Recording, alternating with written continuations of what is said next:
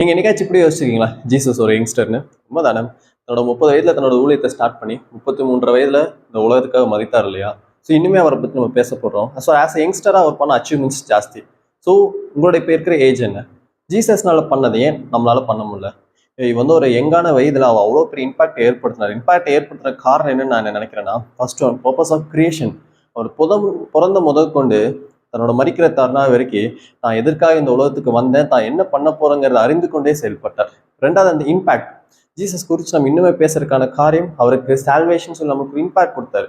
ஒரு Joy of salvation என்று கொடுத்தாரு. முதலாவது பர்பஸ் ஆஃப் கிரியேஷன். அவர் எதுக்காக பிடிக்கப்பட்டார், எதுக்காக பிறந்தாருன்னு சொல்லிட்டு அந்த உலகத்துக்கு ஒரு நோக்கத்தோட தான் வராரு. அந்த நோக்கத்தை கொடுக்குறாரு.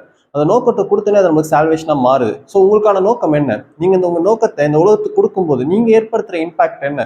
தேர்ட் ஒன், இவ்வளோ பெரிய காரியத்தை அவர் செஞ்சு முடிச்சதுக்கு காரணம் ஒரு சன் ஆஃப் காட். ரெண்டாவது விஷயம், அவர் மேல இருந்த ஹோலி ஸ்பிரிட்டோட அனைட்டிங், ஒரு மிகப்பெரிய great anointing, a gift of anointing. So Jesus இந்த யங் வயசுல இனிமே வர மாதிரி எங்க தானே பாக்குறோம். யாராச்சும் ஜீசஸ் வயது முதிர்ந்தவர்னு சொல்லிட்டு பாக்குறீங்களா? இல்ல, அவர் இட்டர்னல் காட். இனிமே ஜீசஸ் நினைச்ச எத்தனை பேரோட மனசுல அவர் ஒரு யூத், அவர் யங்ஸ்டர்ஸ் சொல்லி ஒரு ஒரு ஜாய்னஸ் வருது. உண்மையில அவர் ஒரு யங்ஸ்டர் தாங்க.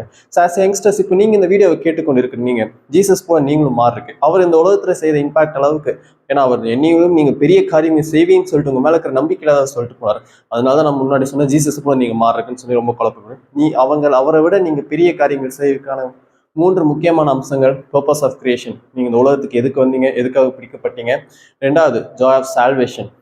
நீங்க இந்த உலகத்துக்கு அது கொடுக்கும்போது அது எவ்வளவு மிகப்பெரிய ஜாயான விஷயமா மாறுது, இந்த உலகத்துல அது எவ்வளவு பெரிய இம்பாக்ட் ஏற்படுத்துது.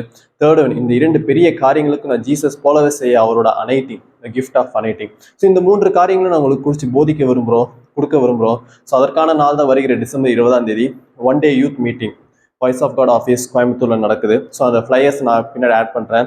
ஸோ அதுக்காக நீங்க ரெஜிஸ்டர் பண்ணுங்க. புதுசாக பார்க்குறவங்க கலந்து கொள்ளுங்க. அநேக யங்ஸ்டர்ஸ் யாரெல்லாம் ஜீசஸ் போல மாற விரும்புறீங்க, உங்களுக்கு ஒரு நோக்கம் வேணும், இந்த உலகத்தை ஒரு இம்பாக்ட் ஏற்படுத்துறவங்க, அவரோட அனைட்டிங் வேணும்னு சொல்லி விரும்புறீங்களோ, அன்றைய நாள் நம்ம அவங்க எல்லாரையும் சந்திக்கிறேன். தேங்க்யூ.